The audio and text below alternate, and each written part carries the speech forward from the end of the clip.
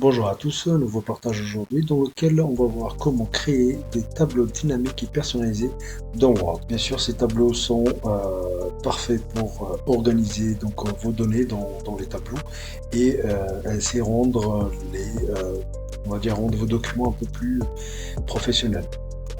On va voir on va voir à pas que c'est pas très compliqué, mais il faut juste de la pratique. Alors, on va voir comment insérer un tableau ou des tableaux, hein. Pour faire ceci, on se rend dans l'onglet Insertion et à partir de là, on va dans Tableau. Et là, on a une palette de choix. C'est-à-dire, je vais commencer par les plus simples, insérer un tableau. Donc, par la première option, donc insérer un tableau. Et là, je vais lui indiquer le nombre de colonnes, le nombre de lignes et la largeur auto ou je la prédéfinis ou je mets ajuster par rapport au contenu, ça sera un peu plus flexible tout ça. Ou ajuster à la fenêtre, c'est à peu près la même chose. Mémoriser si je coche ça, comme ça, la prochaine fois que je viens à créer sur ce même format-là, j'aurai les mêmes dimensions. Ok. Donc ça, c'est la première méthode pour créer des tableaux. Donc je vais faire annuler, on va voir les autres. Dessiner un tableau, donc ça va être, c'est moi qui vais le dessiner en fait. C'est pas forcément très pratique. Voilà, donc c'est pas. Je déconseille cette méthode-là, d'accord. Donc c'est pas pratique. Donc on a des outils beaucoup plus pratiques. Euh, c'est autant les utiliser. Donc je sélectionne, je fais supprimer le tableau.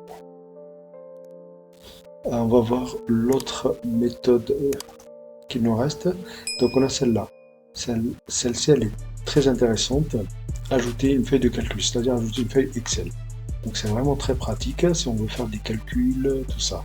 À savoir que plus loin dans la vidéo, je vous montrerai comment faire des calculs avec Word. Donc c'est tout à fait possible de faire certaines opérations, surtout quand on joue avec des quantités, des prix, tout ça. Donc c'est largement faisable. D'accord. Et c'est pas aussi intuitif que Excel, mais c'est faisable. Je vous montrerai tout ça. Donc, on va insérer une feuille de calcul. Donc, il va nous insérer une feuille de calcul. C'est vraiment une feuille Excel. Hein. Donc, une feuille Excel pour ajouter plusieurs feuilles, bien sûr. Donc, on peut ajuster aussi. Hein. On peut l'ajuster. Pour l'ajuster correctement, si on veut vraiment que ce soit un peu plus grand, il faudra revoir au niveau des marges, c'est-à-dire venir en mise en page, venir dans, dans, dans, euh,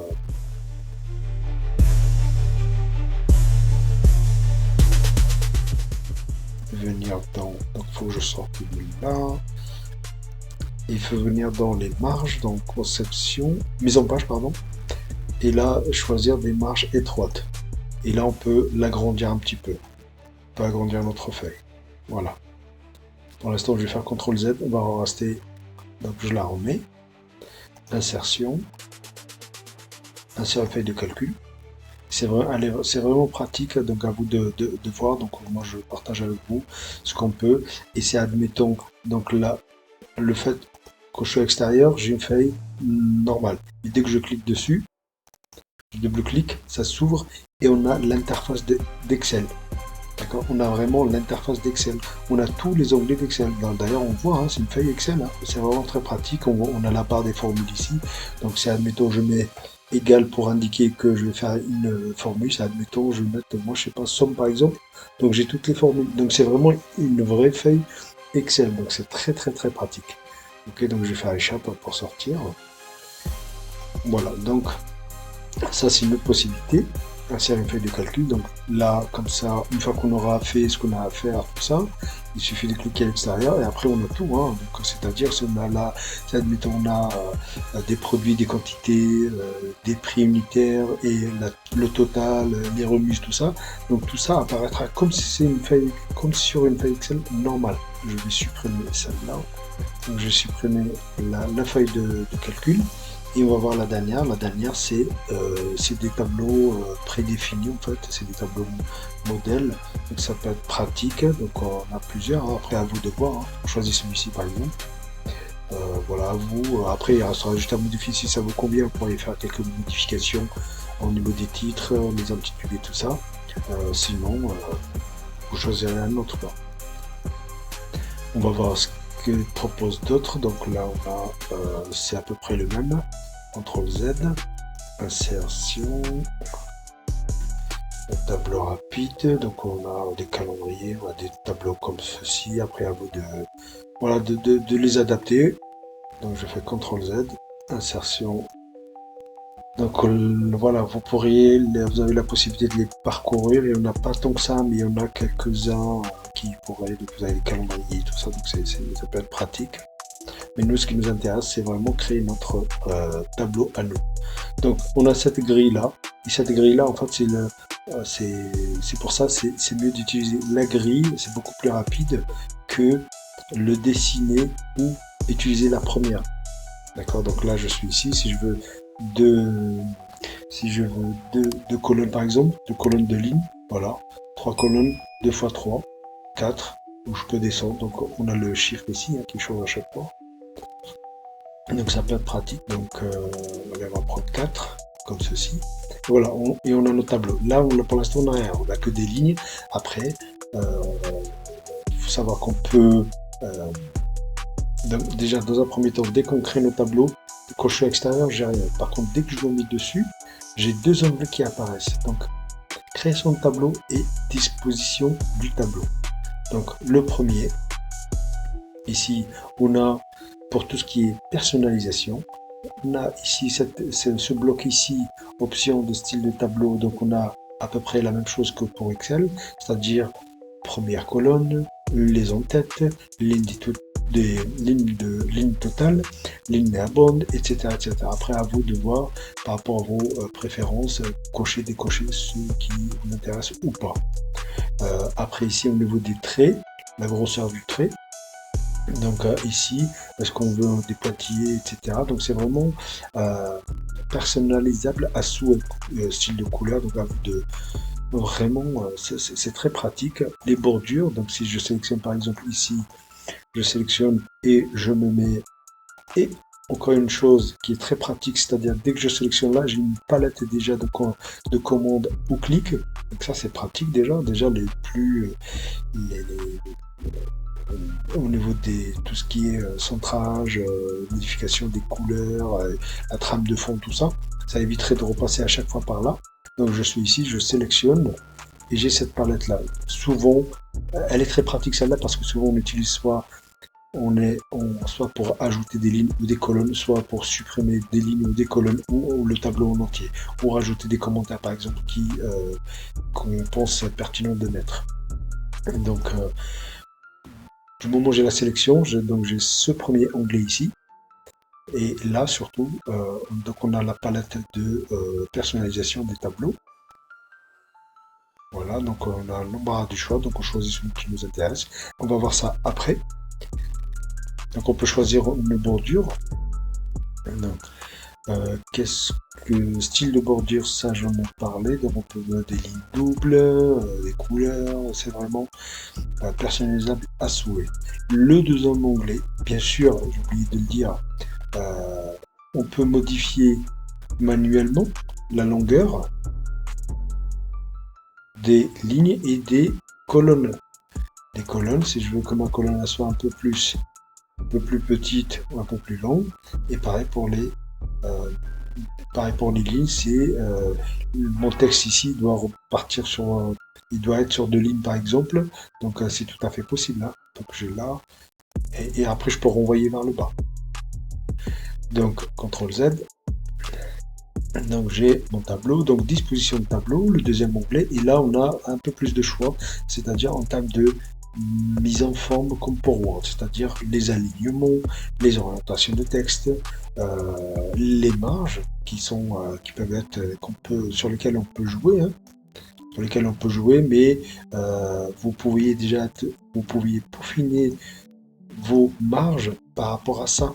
Vous avez cette taille de la cellule, c'est par exemple, vous devez travailler sur une seule cellule par exemple, sur une cellule parmi les colonnes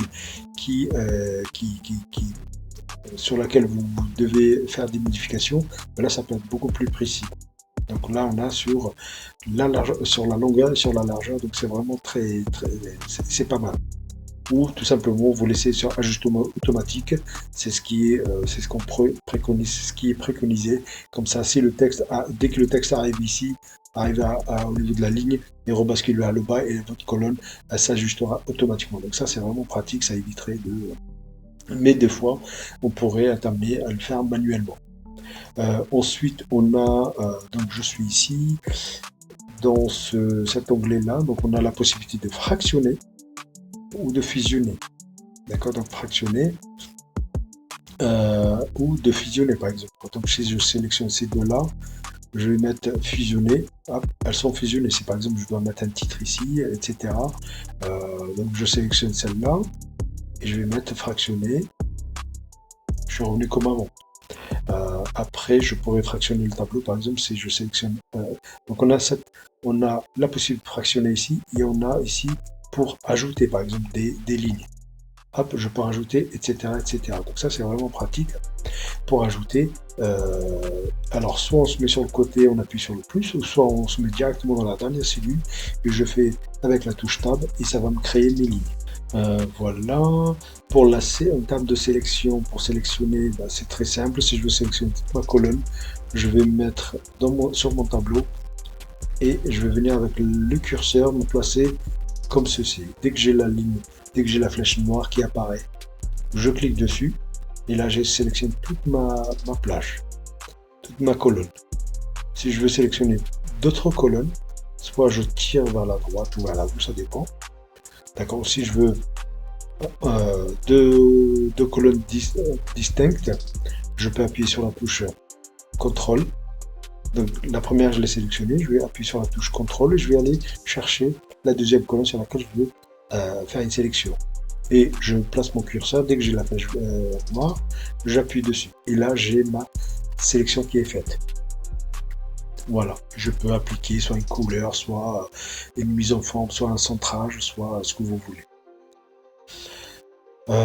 Pour supprimer, rien de compliqué, je sélectionne soit la ligne, d'accord, donc j'ai cette commande ici au clic, je fais soit supprimer les cellules, supprimer les colonnes, les lignes ou supprimer tout le tableau.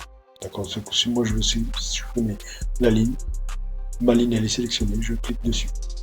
Hop, elle est supprimée. Pareil pour la colonne. Si je veux supprimer celle-là par exemple, je me mets ici, comme ceci, je la sélectionne.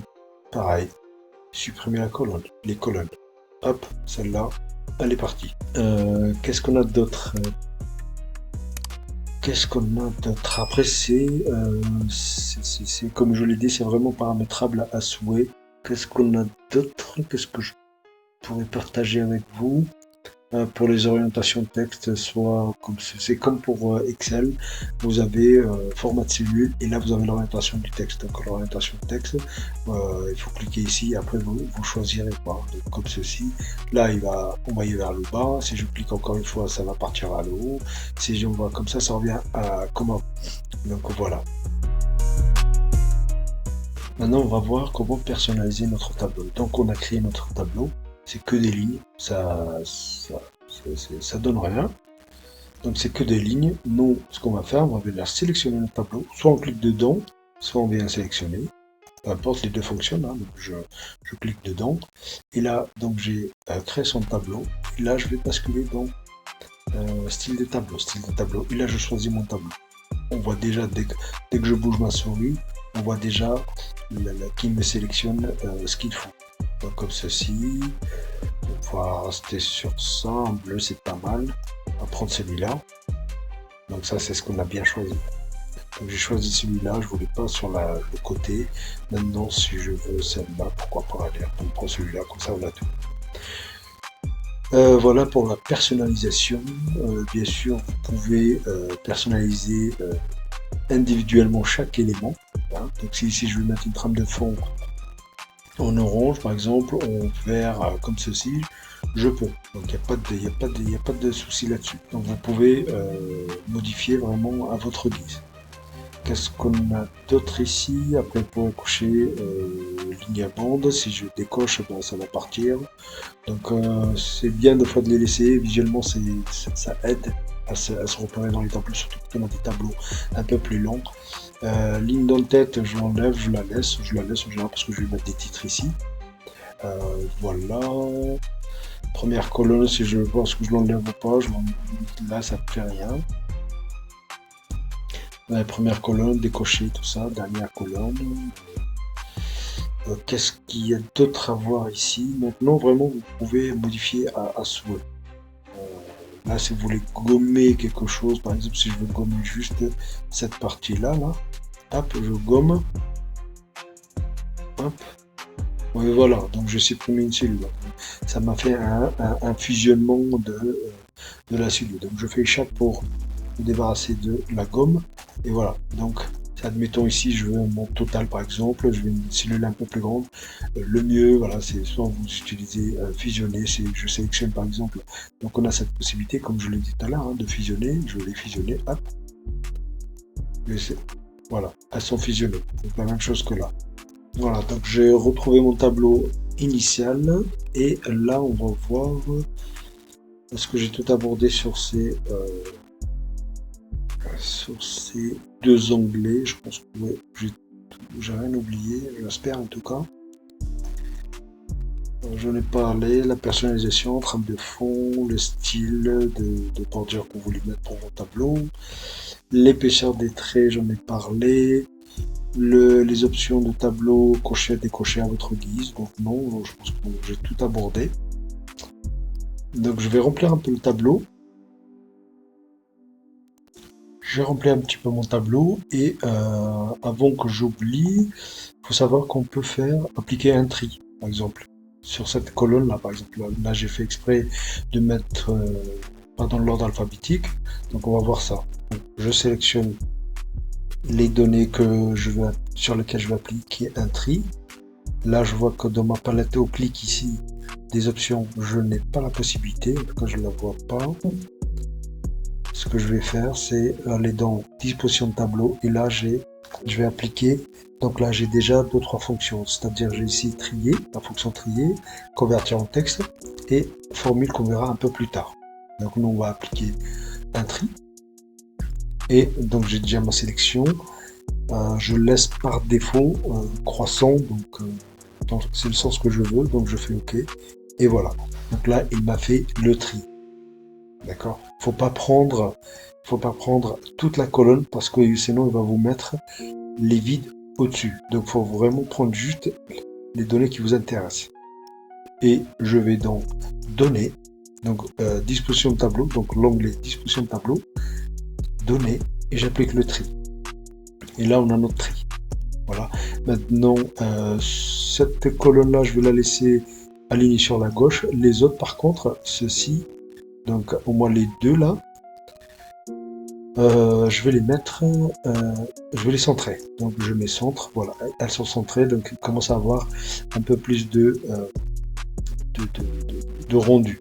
Donc pareil pour l'en-tête, les en-têtes, donc je les place au milieu, et ils sont centrés. Donc quantité ici, je vais mettre en majuscule.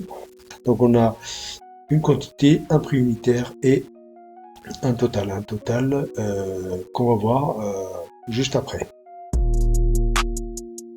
On va voir comment utiliser comment faire des calculs dans un tableau dans Word. Moi, je travaille, ça m'arrive souvent de faire des calculs dans Word. Comme ça, c'est automatisé. J'ai juste un clic droit à faire.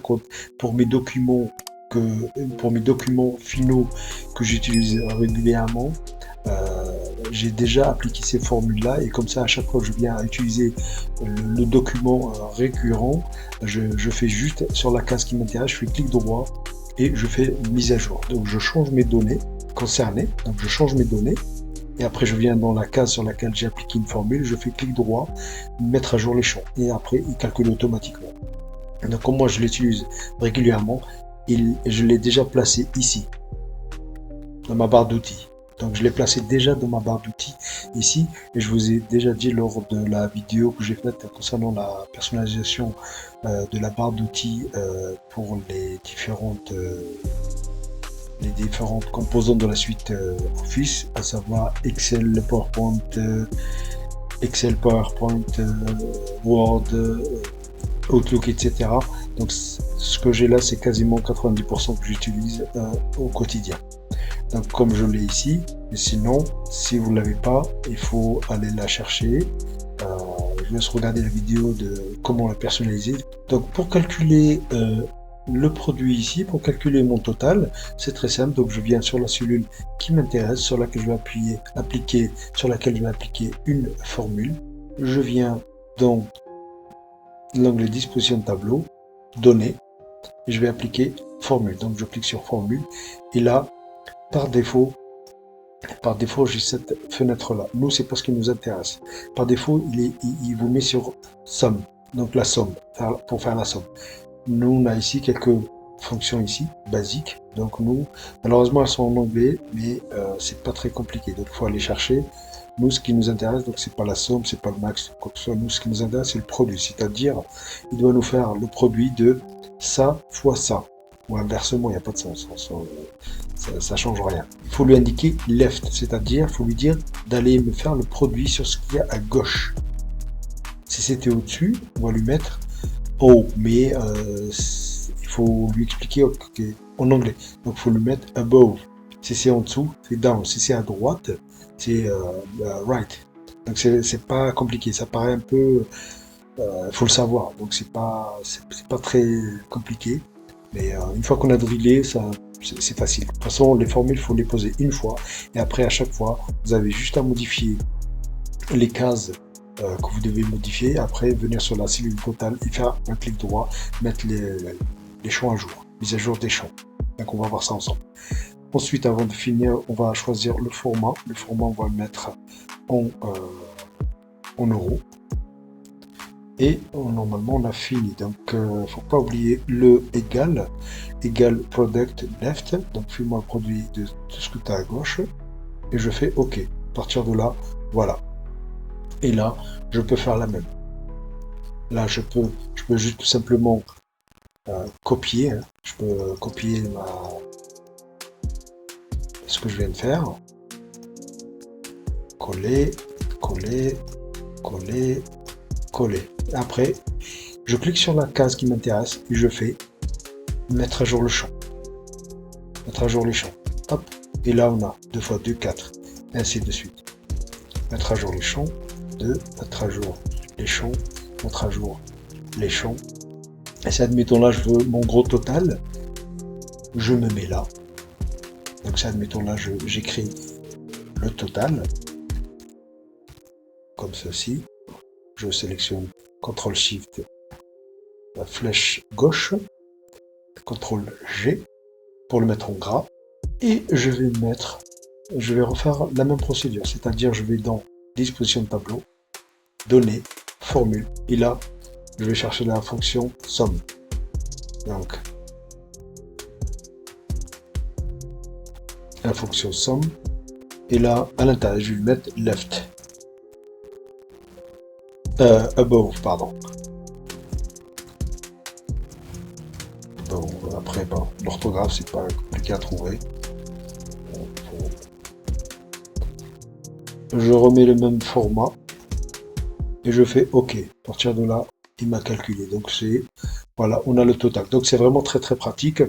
Vous avez juste à faire vous avez juste ces données-là à modifier. Le reste. Donc c'est vraiment un gain de temps. J'ai déjà fait expliquer l'intérêt de créer des modèles personnalisés que vous allez utiliser régulièrement. Donc une fois que vous avez posé votre modèle, il y a juste à venir mettre à jour. Juste à venir sélectionner, mettre à jour. Donc c'est vraiment très très pratique.